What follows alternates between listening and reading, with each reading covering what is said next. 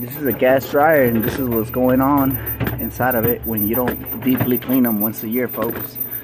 This is a fire hazard. Check this out.